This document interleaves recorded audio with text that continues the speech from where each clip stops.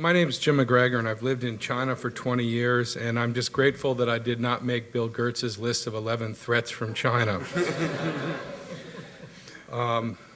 It's kind of intimidating being here among all these PhDs and well-studied men. I ended up in China because I was expelled from high school. I joined the Army when I got expelled from high school. They sent me to Vietnam. That turned my head towards Asia. It led to me becoming a journalist, and as time went on, I wanted to get back to Asia as a journalist, so I went to China in '85 and backpacked through the country. '87, I moved to Taiwan to learn Mandarin, and I've lived in Beijing since '90, both as a journalist and a business person. All of the theories that I've heard tonight, I've read many times. My view is more kind of grassroots, what China looks like on the ground and what I've seen. When I first moved to China as a reporter, I had secret police following. My phone was tapped. Even the maid who took care of our nanny, who helped us with our daughter, was from the foreign ministry and made reports on us. This was a country that was just really emerging from the forest fire of the Cultural Revolution.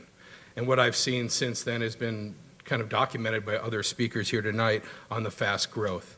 I mean, I've watched the first financial person I met in China was a guy named Millions Yang, who was a steel worker who had cornered the market on the 4 stocks on the illegal Shanghai stock market. And now China's doing the world's largest IPOs, and in fact, Chinese stocks were the top performers on NASDAQ last year. When I first got to Beijing in the fall, you had big piles of cabbage on the corner because that was the only vegetable they got. People would bring it home, they'd shove it under their bed or into cabinets, and over the winter you'd tear away the rotten leaves and you could eat the fresh leaves inside. Well, as you know now, if I don't see a new high-rise every day, I get a little jittery. It's moving so fast. International sophistication. When I went there in '85, people would come up to me on the street and show me around for the day because they were so excited to learn about the outside world. Well, we've had 600,000 students alone from China come to the United States. Chinese people are very international, traveling the world, doing business, and even being involved in academic endeavors in the United States. So we've learned that China's a very formidable country tonight, and we better be scared of them.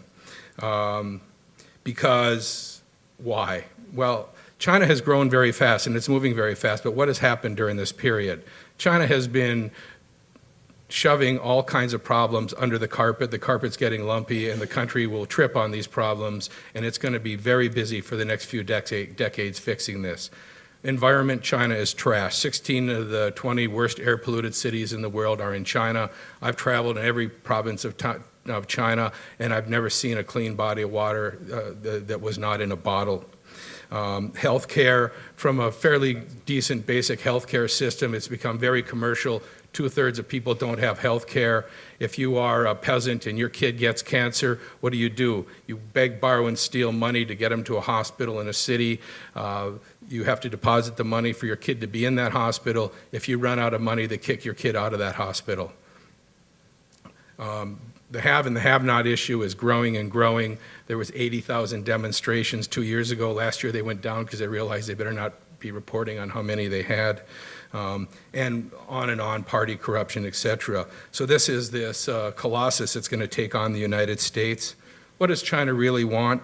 From a military standpoint, China wants to protect its wealth. It's been a country that's been colonized. It also wants to have the military projection to be able to protect its own sea lanes.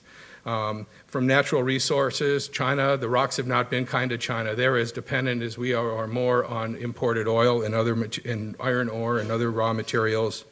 The government is running scared of its own people. You've got to realize when you have 10% economic growth for 20 years and kids are growing up under that kind of growth, they expect exponential improvement every year forever. And the government has really no credibility other than economic growth and giving people a better life. So where does the United States have to worry? Where do we really eclipse China? You can't be a global leader without a leading ideology, and China right now has no leading ideology other than getting rich. Right now, the United States isn't so popular around the world with Iraq and other issues. China is outworking the world, but I tell you, people are looking for U.S. leadership. We will not have trouble competing with China diplomatically. Financial world, New York, you can walk down the street here and throw a rock in any direction, you're going to hit $1 trillion in hedge funds. The Shanghai banks still don't have check clearing mechanisms for private accounts. China's moving ahead in the financial world. They've got $1 trillion foreign exchange surplus, and they're in fact putting together a $120 billion hedge fund. But they are going to have to be dependent on the U.S. and our financial system and cooperating with us for their money to be deployed well as the capital they need. Education. China's built 700 universities in the last 15 years. However, it still has stuffed duck style education where people are taught to memorize, not to think for themselves, and not to analyze. The world comes to America as long as we give them the visas to have the best in the world education system. We can absorb the brains of the world and stay ahead of anybody in the world. Finally, I'm looking at my opponents here. I'm on the good guys team here on the left, and my opponents here, these are all learned men, they're all PhDs, but take a look, there's not a bit of suntan on any of those heads. They have been sitting in offices in Washington and Chicago, reading reports and putting together the world under theories, and that's quite good. I'm happy to say that. And I'm not here to defend China. I'm here to defend America, because if you say that we can't handle the rise of China, then you are voting against America tonight. I believe that you really have to vote no, because if you vote yes, then you're voting against America. America can handle the rise of China. China's got a lot of problems, and we've handled many things in the life of this country, and we will handle this quite well. Thank you very much.